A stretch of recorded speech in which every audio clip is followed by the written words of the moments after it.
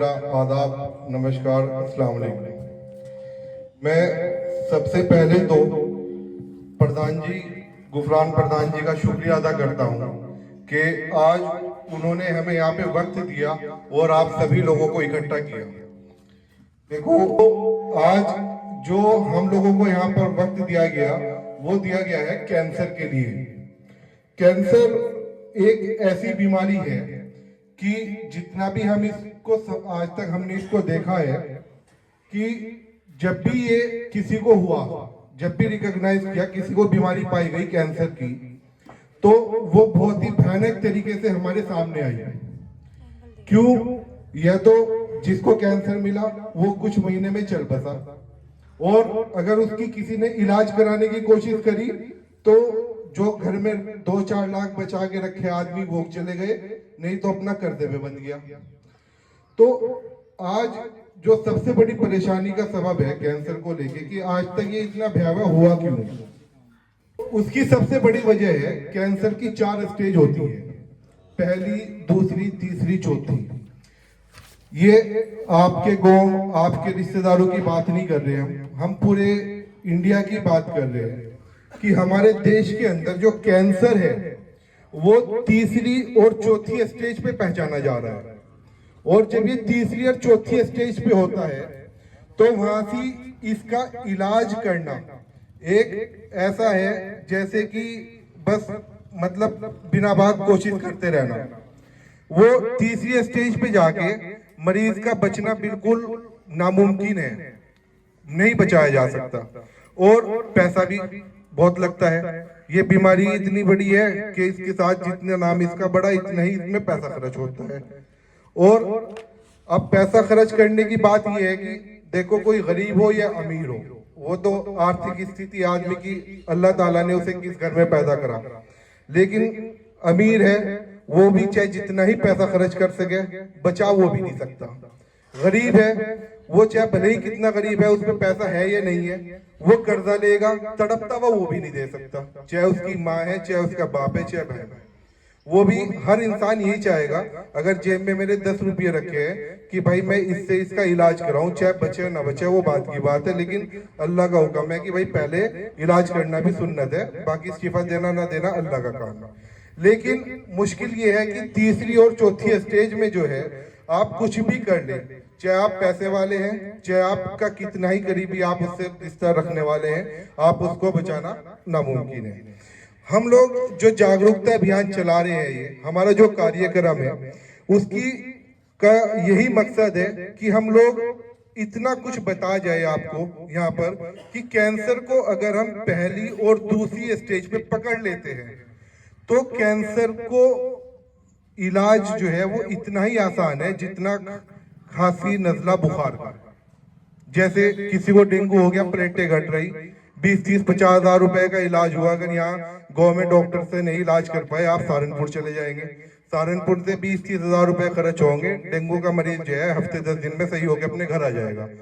इसी तरीके से अगर अल्लाह ना करे भाई यहाँ पे डेंगू कवर भाई, उसकी तो प्लेटें बहुत ज्यादा डाउन जा रही, 15-20 हजार चली गई, कहाँ चले जाएंगे ज्यादा? देहरादून चले जाएंगे, मेहंदी नरेश चले गए, तो वहां से अपना क्या हुआ, 50 हजार, 60 हजार, 70 हजार खर्च करके अपना घर आ गए।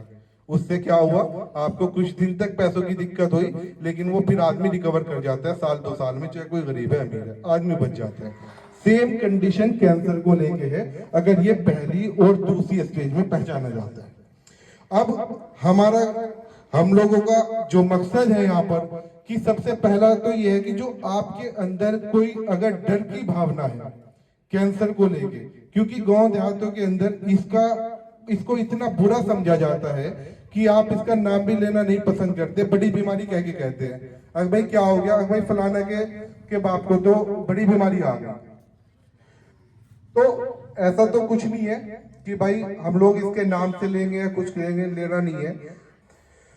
तो इसीलिए कैंसर को लेके अगर मान लीजिए हम लोग इतना डरते हैं कि इसके बारे में हम लोग बात नहीं करेंगे, इसको हम नहीं समझेंगे, नहीं जानेंगे, तो आप ये समझ लीजिए कि कैंसर आज इतनी आम बीमारी हो रही कि कोई भी परिवार इससे नहीं बच रहा।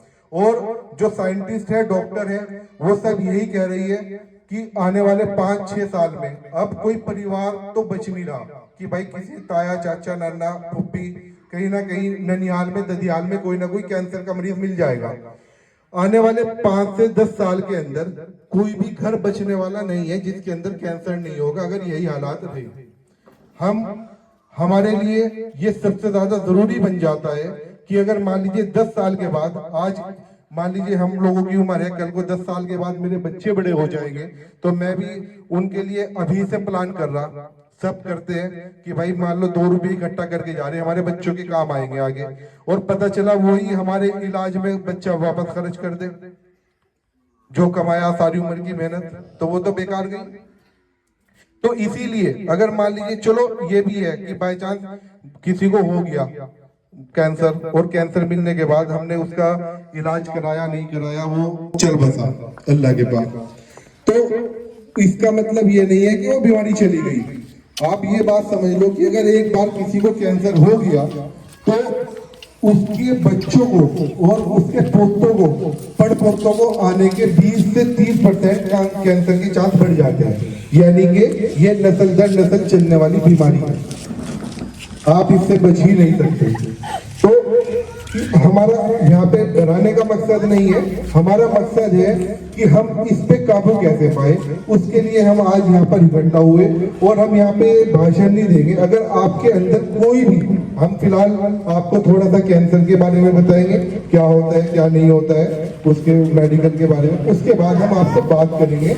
इसका नाम चौपाल रखा है हमने, तो कार्निशियम कैंसर काउंसिल की तरफ से जो हम आए हैं, हमने कैंसर चौपाल इसका नाम रखा है। चौपाल का मतलब होता है बैठक में जैसे बैठे हैं प्रधान जी के, वैसे भी आप टाइम में तो प्रधान जी से बात करेंगे, तो आप अपनी 2 बताओगे, 2 प्रधान जी की सुनोगे। तो वही काम हमारा है कि आप लोग को, अगर किसी को कैंसर से लेके आने वाले वक्त में क्या होगा उस चीज को लेके कोई भी सवाल आपके जहन में है, किसी भी बीमारी को लेके, खासतौर से हमारी माँ बहनों को अगर कोई बीमारी है तो आप वैसे नहीं बोल सकती, तो प्रोग्राम के बाद में भी आप बात कर सकती हो हमारे से। अपनी बीमारियों को छुपाना नहीं है। ये लेडीज के अंदर खासतौर से हमारी कम्युनिटी के रहते हैं कि इनको शर्म और झिझकाहट बहुत ज्यादा रहती है बीमारी को।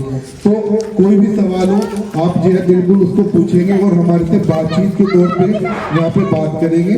और इसमें ऐसा नहीं है कि सिर्फ हमारी सुनेंगे, अपनी सुनाओगे, तुम्हारी हमें ज्यादा सुनिए, अपनी हम कम सुनाएंगे। ठीक है जी प्रधान जी, चलिए धन्यवाद।